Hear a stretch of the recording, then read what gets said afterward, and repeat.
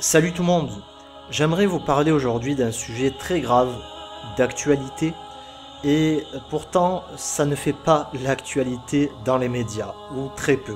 J'espère que vous avez compris la nuance parce que c'est terrible ce qu'il se passe et c'est une catastrophe. À quelques milliers de kilomètres de chez nous, un massacre ethnique est en train de se faire, un vrai génocide, et tout cela sous silence des grandes nations que nous sommes, soi-disant, sous silence de la part des médias, comme si tout cela est normal. Alors, j'ai diffusé, j'ai retweeté certaines choses dans les réseaux sociaux à ce sujet, et aujourd'hui, j'en parle en vidéo pour vous expliquer.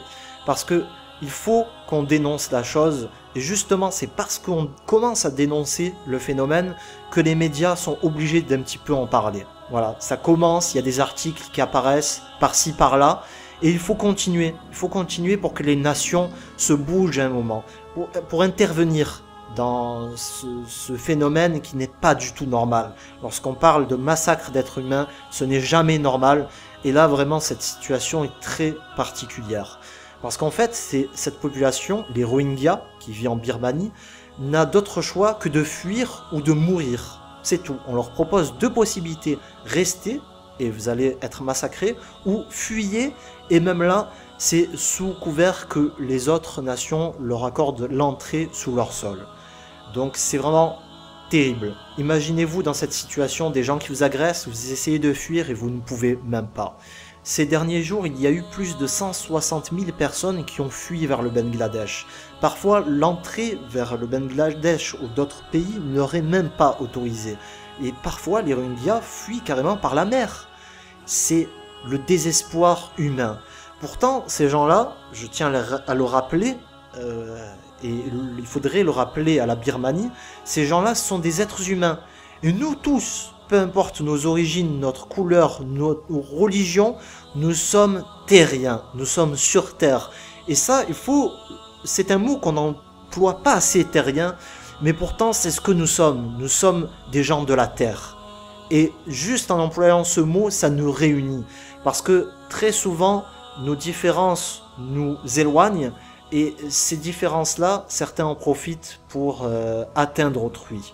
Et là, c'est ce que vit les Rohingyas. Ils sont massacrés, ils sont torturés, assassinés, peu importe qui ils sont, hommes, femmes, enfants, vieillards, peu importe, ils sont traités à la même échelle et massacrés comme des animaux.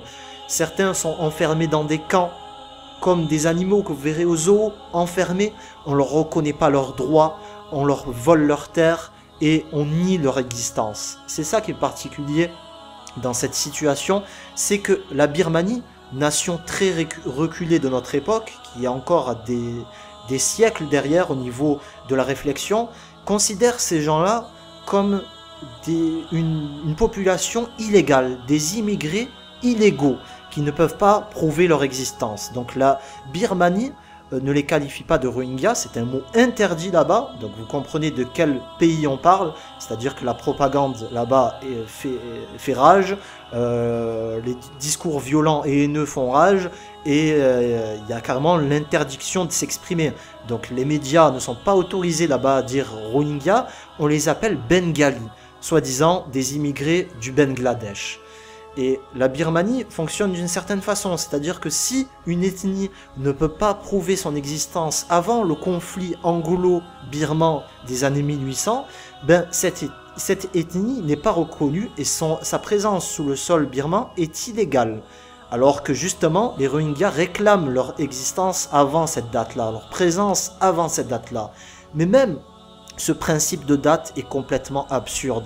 Imaginez qu'une telle situation existe en France.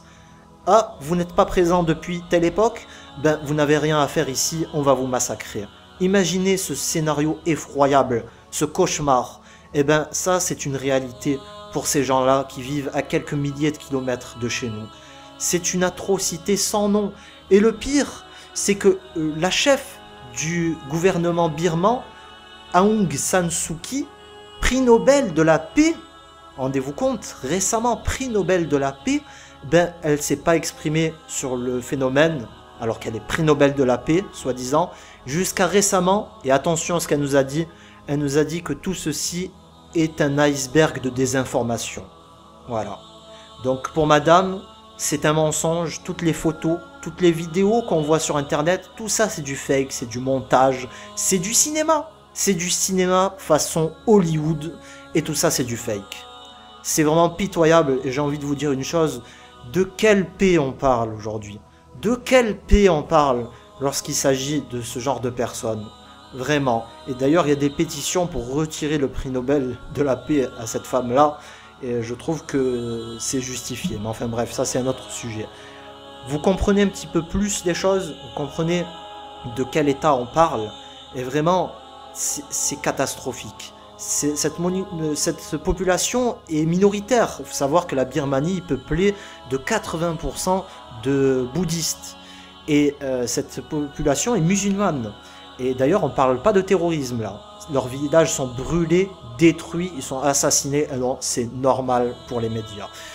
Et d'ailleurs, il faut savoir qu'il y a des moines bouddhistes nationalistes qui s'expriment sur le sujet et qui diffusent la haine, qui poussent la population à haïr ces gens-là, qui créent une haine dans le cœur des gens et qui poussent les gens à les attaquer, à les détruire, à les faire fuir.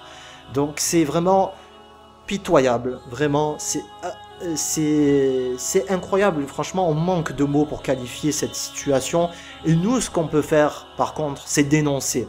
On a les réseaux sociaux et on en a beaucoup, donc on peut partager le message, on peut diffuser et en parler à nos proches pour que les gens sachent qui sont les Rohingyas et que les choses évoluent. Voilà, ces gens-là ont soi-disant commis un seul crime, c'est d'exister et d'être différents. Voilà, et pour cela ils sont massacrés.